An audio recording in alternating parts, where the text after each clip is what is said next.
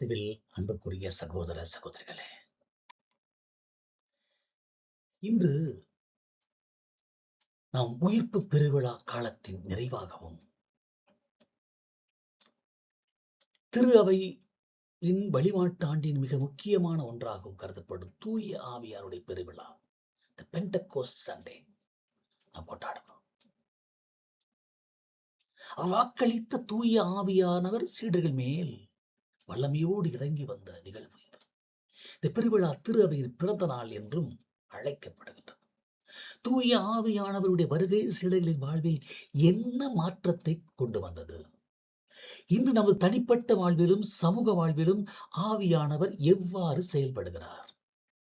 திரு அவையின் முக்கிய பணி எவ்வாறு தூய ஆவியின் துணைக்கோள் முன்னெடுத்துச் செல்வது என்பதை இன்று கொடுக்கப்பட்டிருக்கிற இறை வார்த்தையின் நிழலில்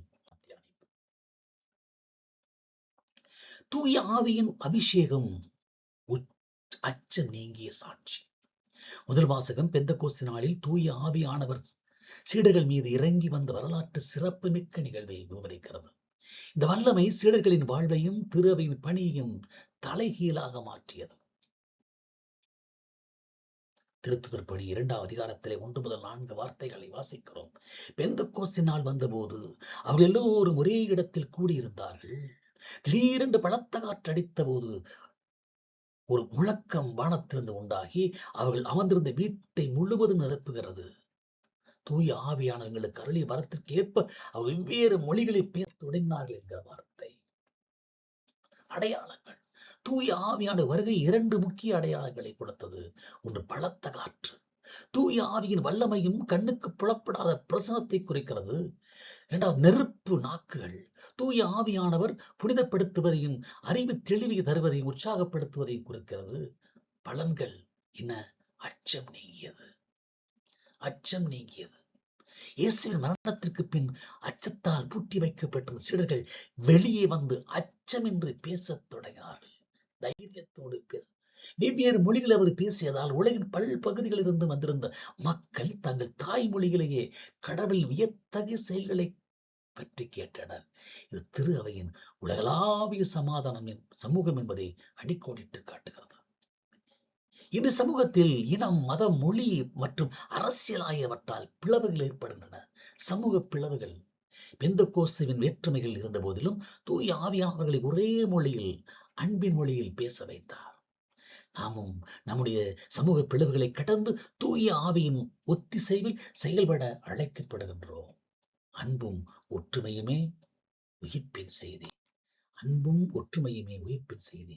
பலவிட கொடைகள். ஒருவரே கிறிஸ்து. 1 கொரிந்தியர் 12ஆம் அதிகாரத்தில் பார்க்கிறோம். 2ஆம் வாசகம்.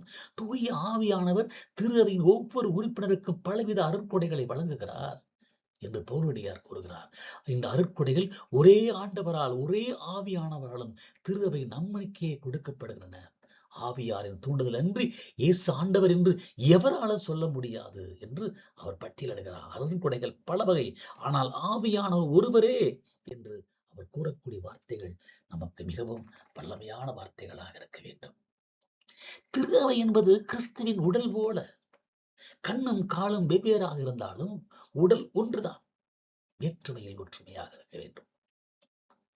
அதுபோல பலவிதமான அருட்கொடைகள், போதித்தல், குணமாக்குதல், செய்தல் நம்மிடம் இருந்தாலும் அவை அனைத்தும் ஒரே உடலின் திருச்சபை நன்மைக்காகவே இருக்க வேண்டும்.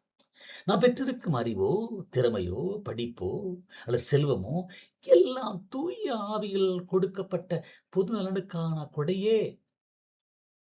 அதை இன்று நிறைய பேர் உணர்வதில்லை. படிப்பு பட்டங்கள் பெறுகிற போது அறிவு சார்ந்த உயர்வுகளை அவர்கள் நினைத்திருக்க நான் தான் என்று உயர்வதை பார்க்கிறோம். நாம் அவற்றை சுயநலத்திற்கு பயன்படுத்தாமல் திரு அவையின் வளர்ச்சிக்கும் சமுதாயத்தின் நீதிக்கும் பயன்படுத்த வேண்டும். வேதனையான உண்மை என்ன? இன்று நிறைய பேர் சுயநலத்திற்காக தங்களுடைய அறிவை, தங்களுடைய பட்டங்களை, அதிகாரங்களை பயன்படுத்துவது வேதனை. ஒவ்வொரு மனிதருக்கும் தனிப்பட்ட திறமையும் மதிப்பும் இருக்கிறது. ஒரு இசைக்குழுவில் பலவிதமான இசைக்கருவிகள், திறமைகள் இருந்தாலும் அவை அனைத்தும் ஒரே இசை அமைப்பாளரின் வழிகாட்டுதன்படி ஒரே இசை உருவாக்க முயற்சிக்கும் போதுதான் அந்த இசை கேட்பதற்கு இனிமையாக இருக்கும். அதுபோல நாமும் நம்முடைய அருட்கொடைகளை ஒற்றுமையோடு பயன்படுத்தும் போதுதான் திருவை என்னும் கிறிஸ்துவின் நாதத்தில் இசை ஓங்கும். இது அமைதியின் பரிசு, சமாதானத்தின் பரிசு, பாவ மன்னிப்புடைய அதிகாரம். நற்செய்தி வாசகம் உயிர்த்தெழுந்த அன்றே தம் சீடர்களுக்கு தோன்றி அவளை தூய ஆவியால் நிரப்பி பாவங்களை போக்கும் அதிகாரத்தை வழங்கியதை விவரிக்கிறது. இதுவே திரு அவையின் பணியை தொடங்க அவர் கொடுத்த வல்லமை. வாரத்தின் முதல் நாள் மாலை நேரம் இயேசு அங்கு வந்து நடுவில் நின்று உங்களுக்கு அமைதி உரித்தாக என்று வாழ்த்தினார். பின் அவர்களை நோக்கி தந்தையனை அனுப்பியது போல நானும் உங்களை அனுப்புகிறேன் என்கிறார். இதை சொன்ன பின் அவர்கள் மீது தூய ஆவியை ஊதி ஆவியை பெற்றுக் கொள்ளுங்கள். நீங்கள் எவருடைய பாவங்களை மன்னிப்பீர்களோ அவர்களுக்கு அவை மன்னிக்கப்படும். எவருடைய பாவங்களை மன்னிக்கவில்லையோ அவர்களுக்கு மன்னிப்பு அளிக்கப்பட மாட்டாது. மன்னிப்பு அதிகாரம் குருக்கள் வழியாக கொடுப்பதனுடைய அடையாளம் இது. சீடர்கள் அச்சத்திலும் பயத்திலும் இருந்தபோது இயேசு முதலில் அவர்களுக்கு அமைதியை கொடுத்தார். தூய ஆவியானவர் முதலில் நம் உள்ளத்தில் அமைதியையும் சமாதானத்தையும் கொண்டு வருகிறார். ஊதுதல் என்கிற வார்த்தை, இயேசு ஊதி ஆவியை கொடுத்தது தொடக்க நூலில் கடவுள் மனிதனுக்கு உயிர் மூச்சை கொடுத்ததை நினைவுபடுத்துகிறது. அந்த களிமண்ணால் செய்து அவருடைய மூச்சு காற்றை ஊத என்ற வார்த்தை கடவுள் மனிதனுக்கு உயிர் மூச்சு கொடுத்ததை நினைவுபடுத்துகிறது. இயேசுவின் இந்த செயல் சீடர்களுக்கு புதிய வாழ்வையும் புதிய பணியையும் கொடுக்கிறது. தந்தை செய்ததை ஆண்டவர் செய்கிறார். பாவங்களை போக்கும் இந்த வல்லமை தூய ஆவியால் மட்டுமே செயல்பட முடியும். இது சமாதானத்தின் வழியாகவே கடவுள் இரக்கத்தை மக்களுக்கு கொண்டு செல்லும் பணியை திரு அவைக்கு கொடுக்கிறது. அது புதிய பணிக்கு ஆயத்தம். நாமும் நம்முடைய அச்சங்களையும் பாவங்களையும் பயங்களை விட்டுவிட்டு தூய ஆவியால் நிரப்பப்பட்ட சீடர்களைப் போல சமாதானம், மன்னிப்பு மற்றும் அன்பின் செய்தியை உலகிற்கு கொண்டு செல்வோம். உலக பிரச்சனைகளாலும் தனிப்பட்ட கவலைகளாலும் நாம் அச்சத்தில் பூட்டி இருக்கும் போது இயேசுவின் இந்த சமாதான வார்த்தை தூய ஆவியின் மூச்சும் நம்மை வெளியே வந்து சாட்சியாக பேதுருவை போல பணியாற்ற அழைக்கின்றன. உறுதிமொழி எடுப்போம். அன்புக்குரிய சகோதர சகோதரர்களே, தூய ஆவியானுடைய பெருவிழா கிறிஸ்துவின் பிரசன்னம் நமக்குள்ளேயே திருச்சபைக்குள்ளே நிரந்தரமாக இருக்கிறது என்ற மகிழ்ச்சிக்குரிய உண்மையை உறுதிப்படுத்துகிறது. பெந்தெக்கோஸ்து நடந்தது போல நாமும் அச்சத்தை நீக்கி அன்பின் மொழியில் பேசி நம்முடைய வாழ்வில் தூய ஆவியின் நெருப்பு பிளவுகள் பற்றி எறிய அனுமதிப்போம். பவுலடியாரை போல நம்முடைய பலவிதமான அருட்கொடைகள் அனைத்தும் பொது நலனுக்காக இருக்க அவற்றை ஒற்றுமையோடு பயன்படுத்துவோம். இயேசுவின் கட்டளை ஏற்றுக்கொண்டு அவர் நமக்கு கொடுத்த அமைதியையும் பாவ மன்னிப்புக்கான அதிகாரத்தையும் அதாவது அன்பையும் பயன்படுத்தி தூய ஆவியின் துணையோடு உலகின் இறுதி வரை நாம் சாட்சிகளாக வாழ்வோம். தூய ஆவியானவர் உங்கள் ஒவ்வொருவரையும் ஆவியால் நிரப்பட்டும். ஆவியின் வல்லமை உங்களோடு வழி நடத்தட்டும்.